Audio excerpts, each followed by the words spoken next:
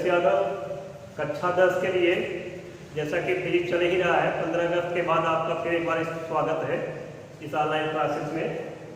इसका चैप्टर 5वां चल रहा था, नाम है ह्यूमन आइज अर्थात मानव नेत्र। इसकी हम चर्चा कर रहे थे।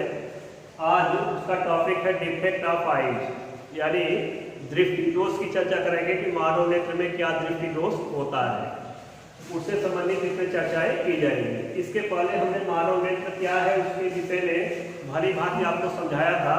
मानव नेत्र की संरचना, उसका कार्य विधि रह गया था, कार्य विधि थोड़ा सा देख लेते हैं तब इस टॉपिक पे आते हैं। तो आइए इसका कार्य विधि देखते हैं।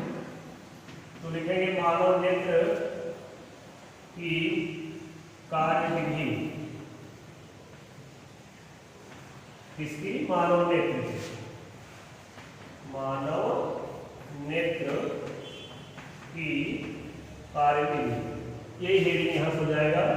तो मानव नेत्र में होता क्या है? मानव नेत्र की संरचना आपको बताए थे किस तरीके से मानव नेत्र होता है।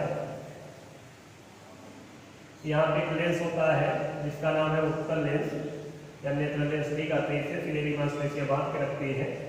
यहाँ पर रेटिना होता है, ये बताया गया था, कई परतों से यहाँ मिलती बनी होती है, वो आपको संरचना बताया गया था। केवल यहाँ पे कार्य कैसे करता है ये समझना है। देखिए होता क्या है कि इसमें किसी सुदूर अथवा नजदीक वस्तु से आने वाली प्रकाश की किरणें, सब पर ध्यान दीजिएगा कि कार्निया आपका है, कार्निया यहाँ बीच में पुतली था, ऐसे आयनिस से बांध के रखा था। तो इसके नेत्र के हमें कार्य समझना है। इसके पहले हम इसके विषय में बता चुके हैं, सारी बात समझा चुके हैं।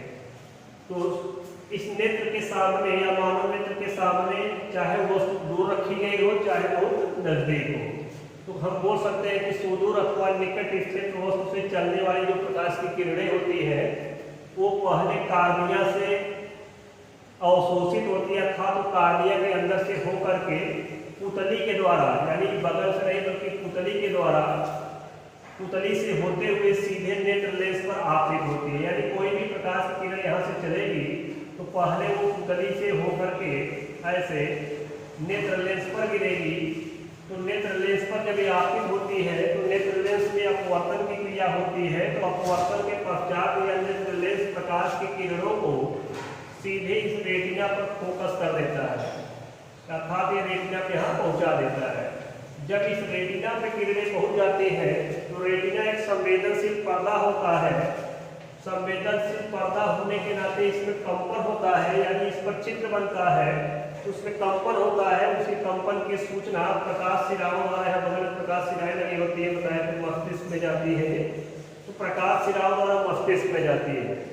अब जो यहाँ पे प्रतिबिंब बनता है वह वास्तविक उल्टा आकार का होता है, वस्तु से लगभग छोटा ही बनता है। वास्तविक उल्टा वस्तु से छोटा बनता है, जिसकी सूचना प्रकाश तंत्रिकाओं द्वारा मस्तिष्क में जाती है। और मस्तिष्क क्या करता है, उसका ज्ञान हमें सीधे रूप में कराता है। बनता तो उल्टा प्रतिबिंब है लेकिन मस्तिष्क उसको हमें सीधे रूप में दिखाता है। तो ये नेत्र का कार्य हुआ। फिर से सुन लीजिए कि सुदूर अथवा निकट स्थित वस्तु से चलने वाली प्रकाश की किरणें सर्वप्रथम कार्निया से होते हुए पुतली के अंदर प्रवेश करके सीधे नेत्र लेंस पर गिरती है। जब ये नेत्र लेंस पर आपतित होती है तो नेत्र लेंस अपवर्तन के बाद, क्योंकि लेंसों में अपवर्तन क्रिया होती है, तो नेत्र लेंस अपवर्तन के पश्चात इन किरणों को सीधे रेटिना पर फोकस कर देता है, अर्थात रेटिना पर पहुंचा देता है। जब तक ये रेटिना में नहीं पहुंचाएगा आने वाली किरणों को ये नेत्र लेंस, तब तक यहाँ पे बना प्रतिबिंब हमें स्पष्ट नहीं दिखाई देगा। इसी का नाम है डिफेक्ट ऑफ आइज अर्थात दृष्टि दोष। आगे चल के बताएंगे कि अगर रेटिना पे नहीं पहुंच पाएगी तो आंख में दोष माना जाता है, दृष्टि, जिसे हम दृष्टि दोष कहते हैं। तो यहाँ पर बड़ा प्रतिबिंब वास्तविक का उल्टा होता है और जिसके रंग रूप आकार की जानकारी मस्तिष्क हमें सीधे रूप में कराता है। तो किस रंग का बना है, किस रूप का है, छोटा है या बड़ा है, इन सारी घटनाओं की जानकारी प्रकाश तंत्रिकाओं द्वारा मस्तिष्क में जाती है। मस्तिष्क का करके यहाँ बनने वाले प्रतिबिंब को पहचानता है या हमें उसकी जानकारी करवाता है। ये तो हुआ नेत्र के कार्य। मानव नेत्र के कार्य यही छोटा सा है, 4-5 लाइन का है, जिसमें आप आसानी समझ गए होंगे। आगे बढ़ते हैं। हमने बताया था नेत्र की समंजन क्षमता, नेत्र की समंजन क्षमता, नेत्र की समंजन क्षमता, जिसमें हमने कहा था कि समंजन क्षमता का मतलब होता है नेत्र लेंस में अपनी फोकल दूरी को। अभी मानव नेत्र में आपने देखा था एक उत्तल लेंस था यहाँ पर। इस उत्तल लेंस, ये मानव नेत्र है, इस मानव नेत्र के अंतर्गत जो नेत्र लेंस होता है, इस नेत्र लेंस में आवश्यकता पड़ने पर यह अपनी फोकल दूरी को बढ़ा भी सकता है और घटा भी सकता है। ऐसा समायोजन इस लेंस में पाया जाता है। यह कार्य वह कुछ मांसपेशियों की सहायता से करता है, जिसे सिलियरी मांसपेशियां कहते हैं। वही इस लेंस को बांध कर रखते हैं, वही इसके आकार को घटाने और बढ़ाने का कार्य करते हैं। जब हमें दूर देखना होता है, सुदूर की किसी वस्तु को देखना होता है, तो इसके वक्रता को क्या करते हैं, बढ़ा देती है, यानी इसके दबाव रखते हैं, जिसकी गुणाई बढ़ती है, वक्रता बढ़ जाती है। वक्रता बढ़ने से दूर वाले वस्तु के चित्र को हमारे पास खींचकर लाता है और सीधे वो रेटिना पर पहुंचा देता है। तो कुल मिलाकर के नेत्र लेंस आवश्यकता पड़ी तो अपनी फोकल दूरी बढ़ा लिया, और कभी कभी नजदीक की वस्तु को देखना होता है तो अपनी वक्रता को इसे कम करना पड़ता है।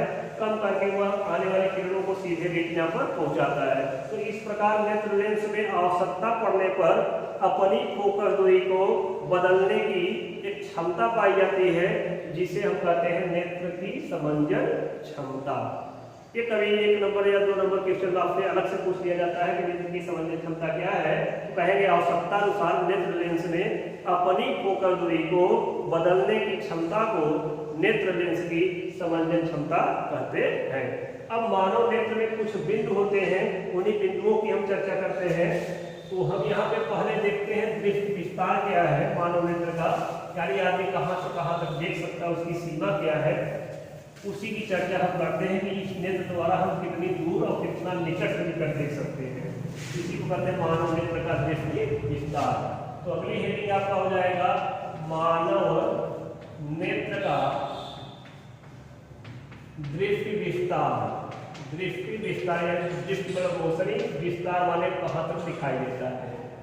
तो मानव नेत्र का जो दृष्टि विस्तार है, ये हेडिंग है, तो आप कह सकते हैं कि मानव जहां तक अधिकतम से अधिकतम अथवा न्यूनतम से न्यूनतम स्पष्ट कोई चीज देख सकता है, वही मानव नेत्र का दृष्टि विस्तार है। भाई स्पष्ट रूप से देखेंगे तभी तो हम कह सकते हैं कि नेत्र सही है। अगर हमें दूर से दूर कोई वस्तु दिखाई या हम उसे न पहचान पाए, तो इस प्रकार से का मतलब है कि नेत्र हमारा वहां तक फोकस नहीं कर पा रहा किसी वस्तु को।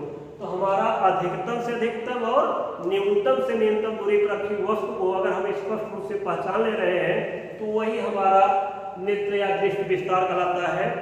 तो इसमें 2 बिंदु होते हैं, उन्हीं दोनों बिंदुओं को हम समझते हैं कि मानव नेत्र का दृष्टि विस्तार किन किन बिंदुओं तक काम करता है।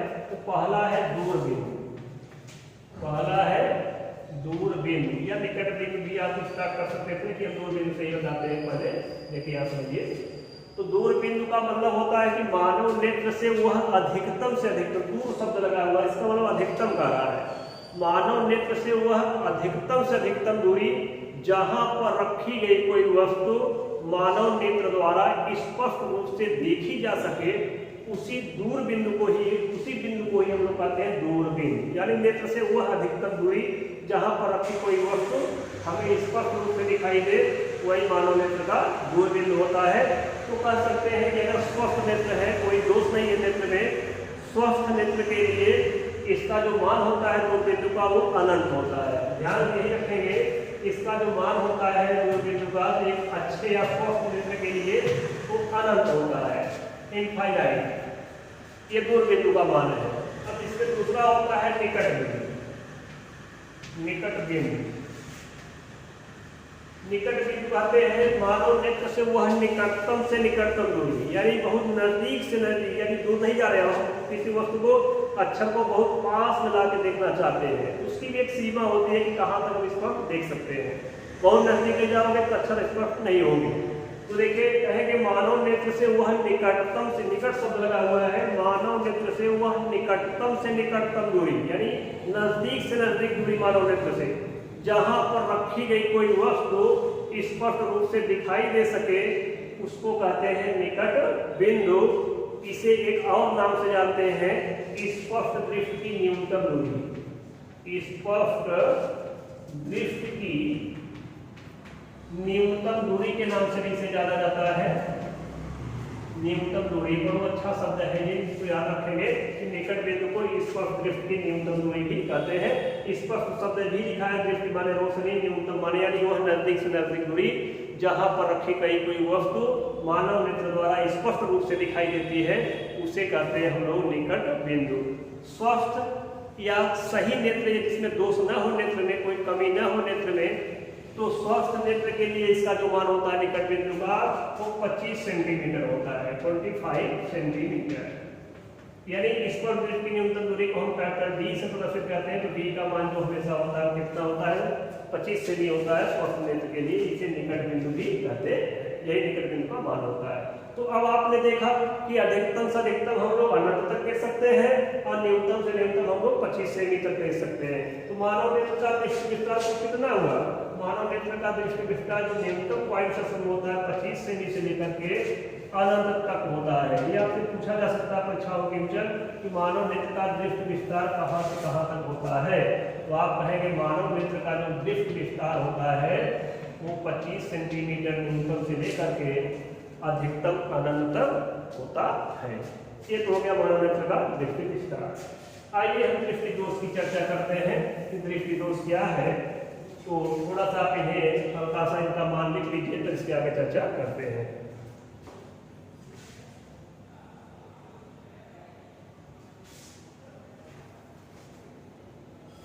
आइए अब दृष्टि दोष की चर्चा करते हैं। दृष्टि दोष क्या है? अब इसमें है दृष्टि दोष, दृष्टि दोष, डिफेक्ट ऑफ आई, विजन। तो इसको दृष्टि दोष भी बोलते हैं हिंदी में, डिफेक्ट ऑफ विजन को दृष्टि दोष कहते हैं। आइए समझते हैं। देखिए कि मानव नेत्र के अंदर समंजस क्षमता, सुने होंगे, बताए थे कि नेत्र लेंस में अपनी फोकल दूरी को बदलने की क्षमता को नेत्र की समंजस क्षमता कहते हैं, अर्थात फोकल दूरी कन्वर्ट करने की क्षमता को ये नेत्र लेंस में पाया जाता है। तो कभी कभी क्या होता है कि आंख की जो समंजस क्षमता होती है, यानी फोकल दूरी को बदलने की जो क्षमता होती है, वो इतना क्षीण या कमजोर हो जाती है कि वस्तुएं हमें धुंधली और अस्पष्ट दिखाई देती है, यानी धुंध जैसा दिखाई देती है, पहचान में पूरा नहीं आती है वस्तुएं और अस्पष्ट दिखाई देती है। इसी दोष को ही बोलते हैं दृष्टि दोष। तो कैसे कहेंगे कि कभी कभी आंख की समंजन क्षमता इतनी क्षीण या कमजोर हो जाती है कि वस्तुएं हमें धुंधली और अस्पष्ट दिखाई देती हैं। इसी दोष को ही आंख में हम दृष्टि दोष के नाम से जानते हैं। तो ये दृष्टि दोष जो होता है कई प्रकार का होता है, जिसमें हम पढ़ेंगे इस दृष्टि दोष में। पहला पढ़ेंगे निकट दृष्टि दोष, निकट दृष्टि दोष, और दूसरा इसमें हम पढ़ेंगे दूर दृष्टि दोष, दूर दृष्टि दोष, और तीसरा इसमें हम पढ़ेंगे वर्णांधता, वर्णांधता पढ़ेंगे, और चौथा इसमें हम पढ़ेंगे जरा दूरदर्शिता, जरा दूरदर्शिता। अबिंदुता भी हम लोग पढ़ लेंगे 5वें पॉइंट में। अबिंदुता क्या है इसकी भी चर्चा कर लेंगे। ये सब आपका होता है आंख में पाए जाने वाला दोष, जिनकी हम डिटेल चर्चा आपको करेंगे, इनके विषय में आपको बताएंगे। मेन इसमें दो होते हैं जो आपसे ज्यादा पूछे जाते हैं, निकट दृष्टि दोष और दूर दृष्टि दोष। वर्णांधता जो होती है कलर का दोष होता है, जिसे आप कह सकते हैं कि कलर में जो पहचान नहीं कर पाते हैं, रंगों को नहीं पहचान पाते, वही वर्णांधता होता है। दूरदर्शिता भी आपको बताएगा, बिंदुता भी आपको समझाएंगे।